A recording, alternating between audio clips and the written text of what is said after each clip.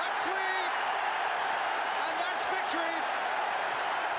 Hello and welcome to episode 3 of Oxblogger TV. We're taking you back to 1986 and another glorious moment in Oxford United's history. What a moment. But not that glorious moment in Oxford United's history. We are joined by Dan, as always, and a third member of the Oxblogger TV team, Rich. Welcome. Thank you. We're Saint Greavesy. Who are you, Rich? Oh, goodness me. I'll just be Ian St John's laugh. How about that? So yeah, we're heading back to 1986 and we're going to try something slightly different, which is a watch-along. So we have the full coverage of the 1986 Guinness Soccer Six final, which Oxford entered in December of that year. It was featured on Sports Night, and we made our way through the final, but we'll take you through the games and a little bit of background as we're going along. I mean, I find the whole thing about Soccer Six weird, right? Because as we'll see, we're entering these ridiculously strong teams in a competition with, I'm guessing, not a huge amount of prize money. But we did it the year before as well, our first year in the top division in a five-a-side tournament. And if you look at the team there, I mean, that is like pretty much the full-strength team, apart from a Steve Foster lookalike in goal, who I don't know who that is. So I think that's it's actually an Oxford City goalkeeper. Lawrence Reed on Twitter pointed me to this one. His name may be Denton, but I'll have to double check that. I do love, instead of medals, they each got a tankard, like they've just been on Bullseye, and presumably got bus fare home as well. So yeah, we won the five-a-side the year before. Huge amount of glory and prestige, and obviously that would have been our third season in a row of glory, cup glory. Yeah. Then we went into the Guinness Soccer Six. This was post Milk Cup, I guess. So we were now heading for our 5th successive trophy. Should we hear what Steve Ryder had to say about it? Here's Steve queuing up the action and the rules for you. 2 mini leagues tonight, just like last night's elimination competition. In the first group, Sheffield Wednesday, Spurs, the Soccer Six holders, and Arsenal, the winners last night. In the second group, Manchester United, virtually a home fixture for them, Oxford United and Chelsea. Well, Soccer Six is played on a plastic pitch half the size of a normal football pitch. It's divided into 3 zones. Goals can only be scored from the last zone, and one man at least must always be in the opponent's half. And here's Method. Oh, what a marvellous goal! There's no height restriction. The ball is kept in play by plexiglass, 7 feet high on 2 sides and 9 feet behind the goals. Well, the first match we see is from the second group. That's Group D. It's Manchester United versus Oxford, and the commentator is Tony Gower. 5,500 people in the venue, and very few among them not cheering. Not only big teams, but big teams putting out fairly strong 11s as well, right? I mean, how many of that team would have been in the team that we'd beaten literally just a few weeks before in Alex Ferguson's first game? So I thought it was going to be a bit of a myth that it was going to be a bit of a myth that we fielded a strong side. But if you look at the games before and after, Hardwick, McDonald, Brock, Aldridge all played. So we're playing with a lot of talent, a lot of first choice talent. And Aldridge is only about a month away from going to Liverpool. So in today's terms, that's what, 20 million, 30 million pounds worth of talent that we're just sticking out on a five-a-side game. Just imagine that he tripped over and landed on that so-called plastic pitch that they talked about and done his knee in. You know, that's, you know, yes, we went on to win whatever it was, £10,000, but just seems totally and utterly insane. Yeah, if you do that equation, I think it is 10,000. Is it £10,000 for the winner? I think it's £25,000 full prize pot or something. And Aldridge went for £750,000. And they probably spent that in beer money after the event, in Guinness money, paying that team. Do you remember watching this? Do you remember watching this sports night, guys? Yeah, I remember, because the Daily Express game at tournament had kind of caught me by surprise. I don't think there's any coverage of it. And then this was quite a big deal, I think. And it was getting a bigger deal because of English clubs being banned from Europe.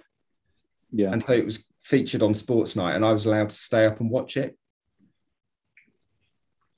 I remember watching this live as well. So I would have been 14 at the time. So I probably sneaked the small TV into my bedroom to watch this and kept the volume on low so my folks didn't know I was watching it. Brock sliced it. Aldridge! Oxford opened the scoring, and that's a blow for Manchester United. The man who's got 18 goals for Oxford in senior football this season. The shot by Brock was poor, but it came nicely back off the boards, and Aldridge doesn't miss opportunities like that. Oxford 1, Manchester United 0. Hell of a shot by Kevin Brock there. Or was that a genius pass off the wall? I can't quite tell. I can't remember the original venue, but the original sponsors were Atari. And I think this was the first year at the G-Mex in Manchester, is that right?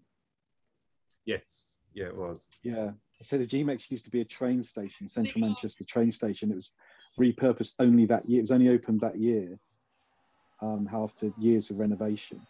So this would have been events held at the G-Mex as it became known. I think the very first was a festival celebrated 10 years of done by Factory Records, featuring bands like New Order and the Smiths. But yeah, so the G-Mex as a venue like this was really, really early days. Does it still exist? Yeah, it does. Yeah, it's called Manchester Central now. Okay. And yeah, last year it was one of the Nightingale hospitals. Okay. Pandemic, yeah. Yeah. United have punished straight away. It's 2-1 to Oxford. Rich, you're carving yourself a little niche here as our resident expert on stuff. This is brilliant. You've actually done your research. I did do a little bit, I have to say. For those listening to the pod, Oxford are currently 2-1 up into the last few seconds. Our goals came from Aldridge and Leeworthy. And there's a hugely disappointed local crowd who'd obviously turned up to see Alex Ferguson leading Manchester United to glory. So that was one of the things that I realised when I look back on it. I thought there were banks and banks of the Yellow Army behind one of the goals. And then it sort of made me realise that it probably was Man City fans that are clearly taking great joy at seeing Oxford being, knocking out the giants of Manchester United. Although they were far from giants at the time, they were a pretty mid-ranking team.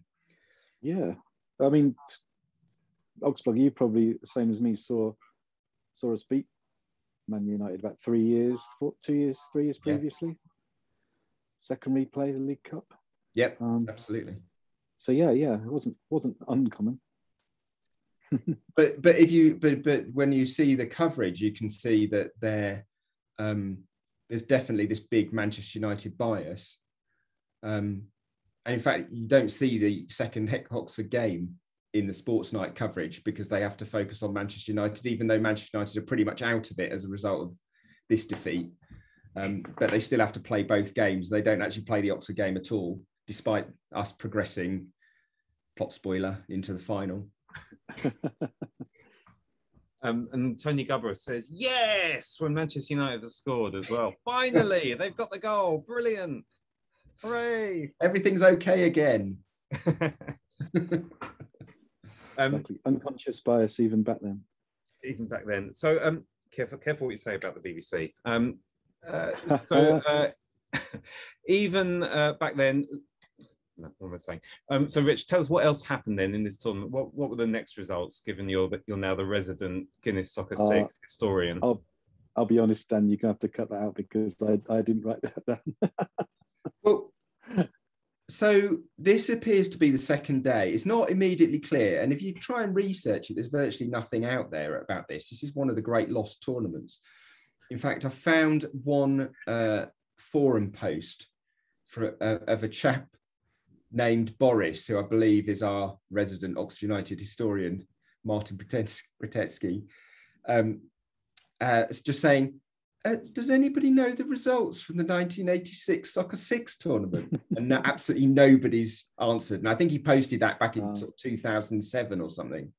But this appears to be the second day. There was some sort of preliminary the day before, which Arsenal qualified through. We didn't seem to play, so we were seeded. Presumably because we won the Milk Cup, I guess. It's the only reason I can think we would have been seeded ahead of Arsenal. Or Maxwell's filthy money had paid for it. I'm aware, and this will come up later, but there is talk of Arsenal getting through a playoff. Yeah, which is the night before, I think. Right. So we've obviously come into it pretty fresh. I don't know if Manchester United would have got through because there would have been, apart from them being the local team, there would have been no reason to put them through because they weren't like us, you know, holders of great silverware. Who won the FA Cup in '86? Liverpool, yeah. Right. Which is probably the last FA Cup winner I can remember. Oh no, Coventry '87, obviously. And then that was the last FA Cup final. This is what happened in the other group. Let's pick up the commentary and see what they say. Arsenal going through from Group C, keeping up their excellent form of last night, and now they meet Oxford to decide the Soccer Six champions. Well, Tony Gabba had a word with a couple of the leading players who are sure to be figuring in the final. John Aldridge obviously delighted that Oxford are through to the final, but are you enjoying this? Yeah, it's great. It's experience, and it's all the lads have thoroughly enjoyed it. Yeah. In fact, you've only got one goal from the two games so far. That's not a good strike rate for you. No, hopefully I might be able to get one or two in the final. That'd be nice. How do you find the game? It's not as easy as it looks, actually. It's a bit difficult, but the work. You've got to be very workmanlike in it, and put as much effort in as possible and get behind the ball on many occasions as possible. Now, you've been watching Arsenal, the opponents in the final. They're not quite a good side. Well, to be fair, they've got to be favourites because last night they played superb and tonight they played some great stuff, yeah. That's what I'm saying. No tips? No. At the moment, the club's on a high. I mean, we're top of the first division, top of the combination. Oh, that's future Oxford United manager and the inventor of Oxford United tiki-taka, Graham Ricks. For them, it's great experience, and they do all the running, and I just sit at the back. 1986 Guinness Soccer Six final. I think we have to mention the aesthetic here because I remember when I wasn't a great fan of that kit. I thought we kind of blew it with that kit. It was too washed out for me, and I didn't like the switch to the navy blue. But I do remember getting the I think it was Shoot, and they used to put all the kits in the back, and we were there because it was made by Umbro, so we had a national or an international manufacturer. And I remember the kit, the tracksuits, and the second kit all there, and it looked absolutely brilliant. So the aesthetic of I love the fact that they're wearing tracksuits for the final because it is because they're making it seem like a cup final. I really like the kit, I must say. I thought the navy blue. I much prefer the navy blue to the royal blue, and I guess for a generation we've grown up only knowing the navy blue. It's a bit more Oxford as well, right? I think it's like Doctor Who. Your favourite is the first one you see. So I kind of always remember them in the royal blue, and so that switch. Although I'm used to it now, But with the sponsor on the back of that that switch to the colour, I didn't particularly like. But the Wang sponsor on the back of the tracksuits and the Umbro, oh, absolutely beautiful. So I grew up in London, so I've got no kind of, I have no memory of ever going to like the Oxford shop before I went to my first Oxford United game. So I remember my excitement at going to Lillywhite's, the sports shop in central London, and seeing the Oxford United kit. It would have been this season because it had Milk Cup winners written on it. Yeah, yeah. So to see like an Oxford United kit in a London store was just unheard of and unimaginable. But there it was in Lillywhite's, this prestigious sports shop. So yeah, a great kit for me and lots of. It just felt like we'd grown up. I think having Umbro as well was a big deal. And Wang. And Wang. So what were Wang? They were computers, weren't they? But they're an American computer firm. Yeah. That I don't think there was any money exchanged as part of the sponsorship. It was a contra deal, or that it was a freebie, so that Maxwell got their computer system installed at the Mirror, and for free. So there was no cash in it for us. Oh, I've never heard that. That sounds very Maxwell, doesn't it? Yeah. So because the other thing that we're wearing Wang, and of course this is sponsored by Guinness, who sponsored QPR at the Milk Cup final. And a very vivid memory of mine is a huge banner in our end at Wembley that said, "I'd rather have a Wang than a Guinness any day." And as a 13-year-old, that was probably the rudest thing I'd ever seen. I was noticing earlier, the whole of the advertising is pretty much booze and fags. Did you notice that? It's whiskey, it's gin, it's Guinness, of course, and Panama cigars. It's like the old. And it's also. I was going to say it's like that old Viz gag, isn't it? Billy the Fish, where all the advertising was smoke fags, drink pints. It pretty much is that. And also the Umbro advert says Sid chose Umbro. So that's a reference to the British gas privatisation, the Tell Sid campaign. Another one for the kids here, obviously. When our glorious leader of the time, Mrs. Thatcher, sold off all of the family jewellery, the British gas campaign for privatisation was all about Tell Sid. And it was just this national phenomenon, wasn't it? So yeah, so Umbro picked up on that clearly for their adverts. Just jumping in, John Truick is absolutely majestic in this game. I think it's his best game in an Oxford shirt. He's unbelievable. I would recommend watching it just to watch John Truick, because I always saw Truick as being a bit of a kind of also ran in the squad. He was never subject to a big a big money move, but he's brilliant. He pulls the strings. Yeah, I think he was absolutely stupid to have a moustache, right? Because the moustache just aged him ridiculously. He always looked really old, right? I saw him at the final game at the Manor, the old Oxford team against the old QPR team. And he looked 20 years younger, despite the fact he was probably 20 years older, right? He was 10 years, how many years? 14, 15 years old. The moustache aged him horrifically. Moustaches aren't a good look at the best of times. I'm quite anti-moustache generally in life.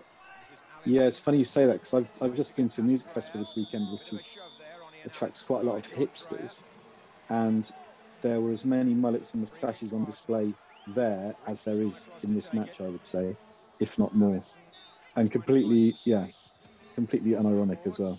Did you constantly spend your whole time thinking that you were being attacked by John Truitt? Yeah. I had nightmares. Thousands of John Truitts are coming towards me. Here he is again. Look at that. Just vision. Oxford Pirlo, right? He's spraying passes slightly erratically around, but It was just got Jan Molby-esque kind of stayed in the centre, just dictating the game, didn't he? Jan Molby, not John Short.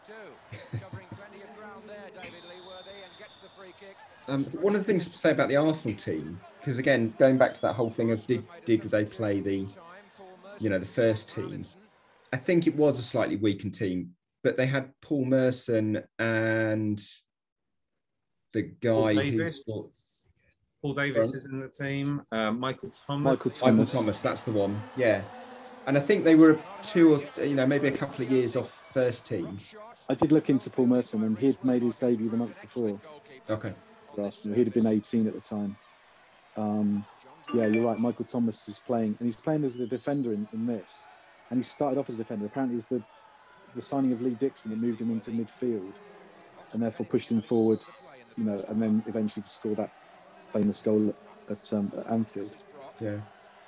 I guess the other player we need to mention from this game as well is Tommy Caton, because he wasn't far off. I mean, I think 2 months later, February '87, we bought him for quite a good amount of money then, 160,000, and he became our club captain. We sold him to Charlton in November '88. He got injured in January '91, never played again. Retired in March '93, aged 30, and died of a heart attack the month after that, which is not a good story, I know, but he was brilliant for us for that season that he played. Presumably, he was brought in to replace. Was he brought in to replace Malcolm Shotton? I mean, obviously as captain, but it must have been around the time Shotton was leaving or Briggs was leaving. Yeah. Graham Ricks against the boards. Oh, Merson, and off the line by Dreyer, but he was inside the goalkeeper's zone. John Dreyer was in the shaded area. It's a penalty to Arsenal. He protests, but it's no good. Joe Worrell is given the penalty, and the responsibility falling here on 19-year-old Michael Thomas. And he took it. We're never coming back from that, surely. Right? We're 1-0 down against the Colossuses that are Arsenal. Well, lovely seeing you guys. We'll see you in a couple of weeks. Yeah. All over. That's a good penalty, to be fair. That's kind of Moody-esque in its violence. I guess that's just the way to take it in with those sides goals. It's just to absolutely put your laces to it, isn't it? You're not going to place one from there. That wasn't my edit. We seem to have swapped ends here, don't we? There is, there is a second half eventually. There you go. There we go. The other thing that I spotted on this is, and it's worth a rerun just to work your way through the trainers.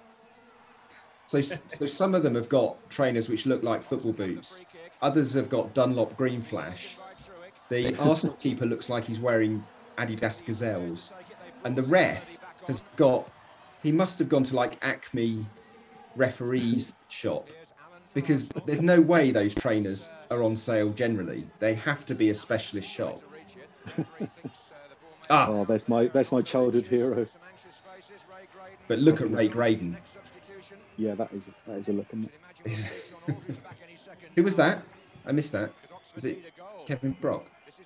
It was Brock. Yeah. So when I first started going to the Manor, people remember the ground. I know there was a wall between the Osler Road and the London Road, where the first kids to get there were able to sit on the wall with their legs hanging over. And of course, Kevin Brock taking corners. The number of times I would have patted him on the back, I'd have lost count.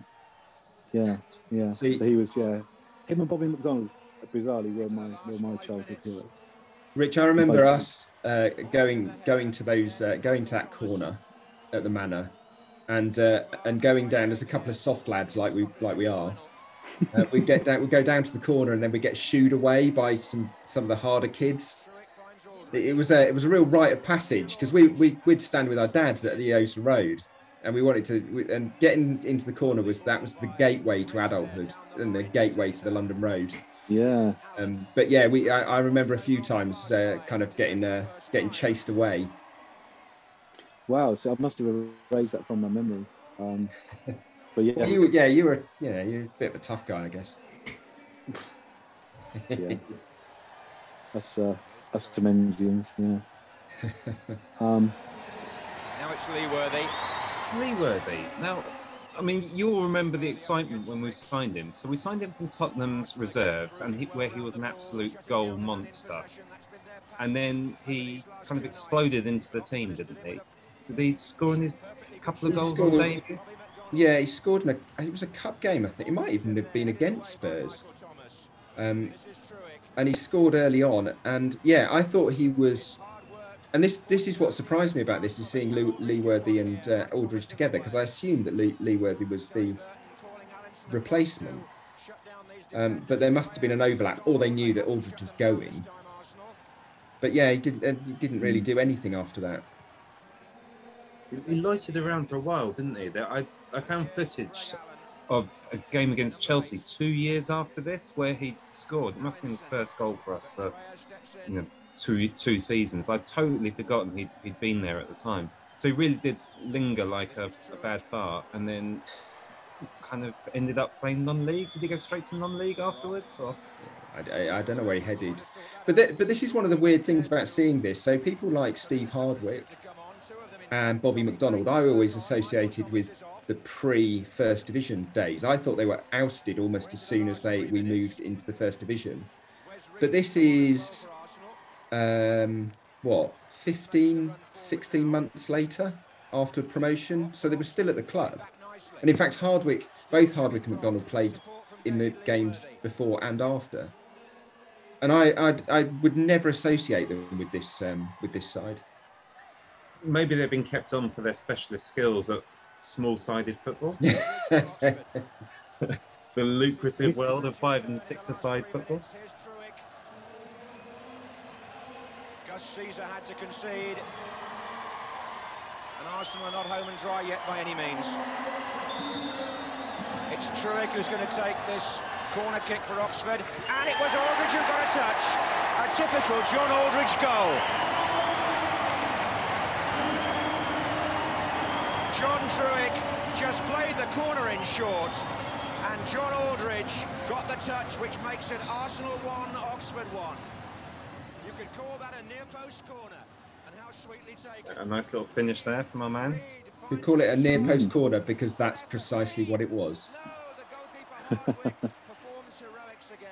And it was a classic Aldridge finish, that is for sure. Yeah, it was. Yeah, easy, like all his finishes. Who's that? Who's the guy? Who's the number 5? Brock. There. Oh, is it? Yeah. Rich's mate Rich has tapped his bottom many times as a young man. Allegedly. Getting into Graham Rick's territory there. Well, I was literally, only because it popped into my head, I was just about to say, Graham Ricks is the elder statesman here, with surrounded by kids. I'm not sure that's going to make the edit. Now, who's this young man? Oxford thinking about bringing on their number 6, Paul Swanwick. God, look at that! What was going on there? That's so who's just come on is Paul Swanwick, who's I don't know anything about Paul Swanwick, and I was trying to find him because normally you can find these players, they've found new careers or whatever. There's literally nobody called Paul Swanwick in the whole world now, or anything resembling it. So I think he came from Wickham. That's the only thing I can gather from now it. you see, I am convinced by this. I think that is a BBC spelling mistake. And I've actually had an interaction with Paul Swanwick on Facebook, because I'm friends with Peter Rhodes Brown on Facebook, and they were chatting about something on Peter Rhodes Brown's feed, and I just saw the name Paul Swanwick, and I immediately thought of the Guiness Soccer Six. So I just messaged. I said, Guiness Soccer Six. I got a message from Paul Swanwick saying, bloody hell, no one's mentioned that to me for years. So he does exist. He isn't just he's not a mirage. Paul Swanwick exists. And if you search Swanwick with an A-C-K at the end, there's somebody who looks very much like him, because I Googled him as well. So it's Swanwick, right? Yeah. Because I don't think he ever played for us, apart from in indoor football. Other specialist. Did it come up as something like a head of marketing at Goal or something like that? His job, if I remember rightly. I googled him as well. There, there he is. Seconds to go. Gets the goal that may win the Soccer Six for Oxford. What a thrill for him if it does. So that's an inspired substitution, because this guy who doesn't even exist, because come on, and ripple the onion bag through sheer force of personality. The incredible thing is that what we're watching there is the highlight and the pinnacle of his professional career. 1986 Guinness Soccer Six Championship, and £10,000 goes to them. It's a little shot of Ken Fish then. Omnipresent Ken Fish. Did he get to go and get the medal, do you think, at the end as well? No, Ray Graydon in that suit, he's going to take all the glory, I would have thought. Soccer Six champions. Their goalkeeper Steve Hardwick, he was named player of the tournament. Oxford United, there we go. 1986 Guinness Soccer Six Champions. Champions indeed. And there concludes the fifth successive trophy we're saying for Oxford United. Take it. Just unheralded glory years. I think the next trophy we took was the 2013 Oxfordshire Senior Cup. What happened in the meantime? We weren't even the best team in Oxfordshire for them. That's right. Well, it's not. I mean, I was going to say the whole Arsenal comeback thing. So people remember in '84 we came from behind to beat Arsenal 3-2. That was a Milk Cup game, I think. Oxblogger. Oh, it's gone in. It was, David Langan scored the winner, sort of 35-yard screamer that Pat Jennings kind of fumbled into his own net. Due to a broken finger to defend Pat Jennings. He apparently had a broken finger and that's why he dropped it. Okay. Take nothing away from Dave Langan, obviously. Whatever reason. Yeah, but I remember that game. I think I stood in the London Road and Charlie Nicholas was playing, wasn't he? And being very arrogant when he'd scored or when Arsenal had scored. And yeah, it was great to have come back from that. It's funny playing those teams now. Yeah, you know, playing Arsenal. I went to see Oxford play Arsenal at Highbury in '85, in that first season in the first division. And I went up to Anfield as well. We lost 6-0. But there was just this weird feeling, you know, the fact that we were playing them as equals. Although obviously against Liverpool, it was evident that we weren't equals, generally due to Kenny Dalglish, who was just phenomenal that day. But to just be on the same sort of stage as these teams was even if it's indoor football, was pretty phenomenal. Yeah, huge mass imposter syndrome for 3 seasons. Yeah. Yeah. Yes. Yeah. Well, I guess for me, I mean, because, as I said, this was my first season, you know, I didn't kind of feel that at all. You know, it just so happened I lied earlier on when I said my first game was the Man U game. My first game was actually Arsenal away, which was a few weeks before. It was a 0-0 draw. And for me, that was my local game because I was living in North London. And I remember I said to my dad, can we go and watch the game, please? My dad absolutely hates football and said, well, you can go. I was like, okay. And he walked me as far as the tube station at Finsbury Park and then said, right, it's down there, off you go. And I went down, I paid something like £2 on the door to get in. And it stood on the clock end and it was a 0-0 draw. And I think it was Jeremy Charles's last game for us. He either got injured or sent off. And it was kind of like the final straw either way. So that was my very first game. My next game, as I said, was a few weeks later. I was visiting my grandparents who lived in Oxford. And again, I looked at the kind of fixture list and lo and behold, Oxford were playing Manchester United and just rocked up and turned up on the day and, you know, bought a ticket and stood there, which just seems unimaginable now. Paid my £2 or £3 to get in and kind of, I think it stood on what was the one on the side, the Osler Road, I guess it would have been. The one on the, not the main stand side. Yeah, opposite would be the Osler Road, yeah. Yeah. So stood there on the halfway and couldn't really see very much because I couldn't get anywhere near, you know, the front of the stand. So for me, just like, you know, growing up watching us play Manchester United and Arsenal was just, it didn't feel any different. It's just where we were as a club. You see, it's funny you say that, because see, I had two parallel worlds from watching football, because I was living in Welwyn Garden City in Hertfordshire. So Arsenal was pretty much our local team, and we would go. My dad would take me to Highbury, and so I've got a real kind of soft spot for Arsenal and for Highbury. And then because my grandparents lived in Abingdon, we would go and see Oxford games, and that's where he grew up. So he was a bit of an Oxford fan, and so we would go to see Oxford games around Christmas, because that's when we visited the grandparents, and then we'd go and see Arsenal games for a treat. And then in 1986, the two things kind of came together, and that was it just blew my mind. But the years before that, I mean, those League Cup games as well, kind of just blew my mind. You know, I don't think I fully comprehended what we were achieving. We'd obviously also had another very important game against Arsenal in 1986. So the final game of the 85-86 season, our first season in the first division, we had to beat Arsenal to stay up, didn't we, at the Manor? And we hammered them 3-0.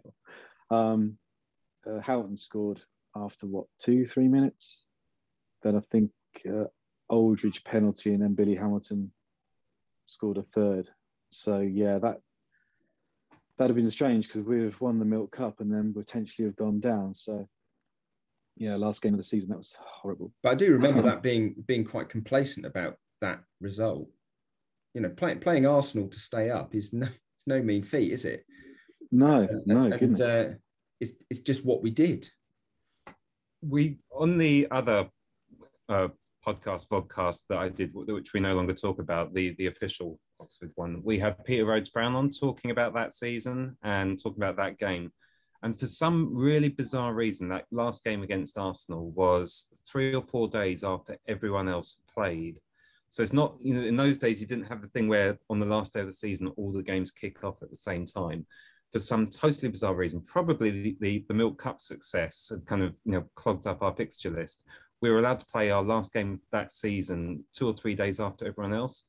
So Arsenal, of course, you know, their players were well and truly on the beach by that point. So they turned up with nothing to play for at all, whereas we had to win to stay up. So it seems incredibly unfair, but it must have been a big deal, because if you go onto YouTube, you can find some highlights. It was on the Saturday night introduced by Maurice Stewart. Football and Oxford United have won their fight for First Division survival. They beat Arsenal 3-0 in their last league game of the season. The victory condemned Ipswich Town to relegation, along with Birmingham City and West Bromwich Albion. Like you say, it's just a different world then, isn't it? Because you're on national TV, you're getting Steve Ryder introducing you, Jim Rosenthal, Maurice Stewart, and a few years later it was Tim Russell.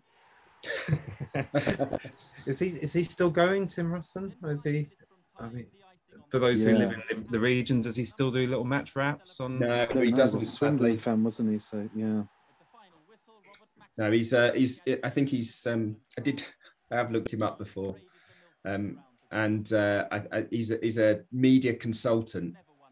I don't think that means. I think it means he's not working. But yeah, no, he doesn't do his little match wraps. What a good idea they are. So this wasn't the last Guinness Soccer Six, although they should have finished it after our success, so we could have kept the trophy forever. What happened to the Guinness Soccer Six? Rich, I'm looking at you as our resident expert. I didn't look too far into the future. I think the last one was 1990, if I remember rightly, and I think there was a year off as well in between this one and the last couple. But yeah, I mean, there's some basic information on Wikipedia, but as Oxblogger was saying earlier, finding more detailed information online is quite tough. I think that final tournament, from what I can gather, had got completely bloated. We were relegated by this point, so we weren't involved, but all 21 first top flight teams were involved, plus Manchester City, presumably because I'm guessing it was at the G-Mex again, so they were the local team, them all Stockport, but and so 22 teams took part, and it went on for 4 nights or something like that. So it was a big deal.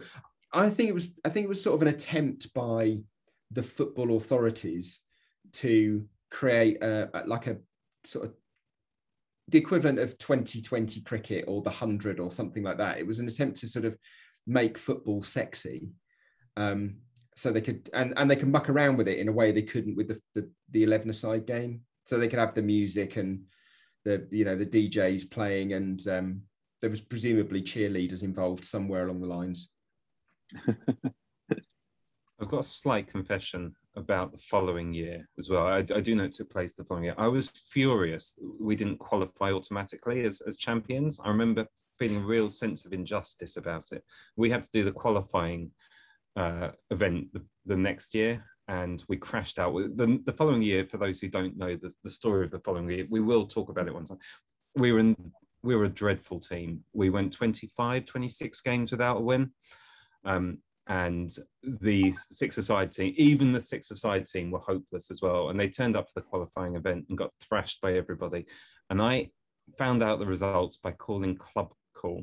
And my dad, who was worried about the really large phone bills that we were accruing at the time, because I kept calling Club Call, picked up the phone and discovered me listening to Oxford United Club Call at 38p a minute and shouted down the line, "Put the bloody phone down!" And I had to hang up and never quite found out the full results, but we definitely didn't qualify for the next day. Sorry, Dad. The thing is that the kind of the history of this tournament is like, you'd think that it would be everywhere, but it's not. It's in bits. Oh, well. What should we watch next time? Or give us some games. Send your ideas for games to watch to Oxblogger on Twitter, and we'll. So I've got to say, I'm a bit of a glutton for punishment, and I quite like watching the epic defeats. So during lockdown, there was quite a few clubs ran live streamed kind of famous wins. So I'm going to give an option of 2. There is Oxford United. Luton Town 7, Oxford United 4 from about 1987, something like that. 88, yeah. Is it 88? And the other one is Oxford United 2, Leyton Orient 3, when we got relegated to the conference.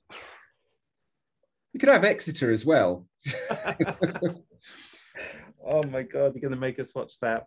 I've never watched the 7-4 defeat in its entirety, for obvious reasons.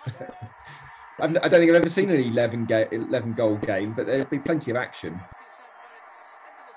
Well, I was actually at that game. I won't ruin my stories too much, but I was at that game, even though away fans were banned. I think it's probably the start of my kind of blagging career. But I was at that game. I've also been at a 12-goal thriller, but that didn't involve Oxford United. I have seen Hull City 8, Whitby Town 4, which was truly a remarkable game of football. Maybe we'll watch that along together one day. Yeah, run out of ideas. Yeah, absolutely. I'm just saying about the Orient game. So Lee Steele, I think, came on as a sub at the last time we played Arsenal, which was Highbury 2003, third round FA Cup. Yeah, so I think Steele came on as a substitute for us in that game, I think, because Basham would have started, wouldn't he? Well, Basham scored after 2 minutes, didn't he? But it was offside, except for it wasn't offside. Right. Arsenal had Bergkamp up front, so I don't think we stood much of a chance for him. Cool. Although he's probably the dirtiest player I've ever seen and got away with it every time. We can't just say that without giving an example. Go on, give us an example of his... Well, he would just be on the central defender every time. Would it have been Gilchrist back at that time? No, it would have been Crosby and Bound around that sort of time. Yeah. But he would just stand, when the ball came up, he would just stand on the defender's foot every time. Just really cute little things, that he'd always get away with. It's kind of like Niall Quinn with a footballing brain, really. He'd get away with it. So it wasn't 3-0, it was 2-0, wasn't it? Did I say 2-0? Yeah. So I asked Oxblogger a couple of weeks ago what his irrational hatred was, and you've kind of clearly got an irrational hatred of Dennis Bergkamp. Well, only from that game, really. I wouldn't argue with his goals against. Well, it's the Holland one, wasn't there? And, the one where he put Matt Elliott down on his backside at Leicester. Irrational hatred. Good question. Save it for when we do that episode with you. Should we call it a day, lads? I think so. Yeah. See you soon, everyone. Yeah. See ya. Cheers. Bye-bye.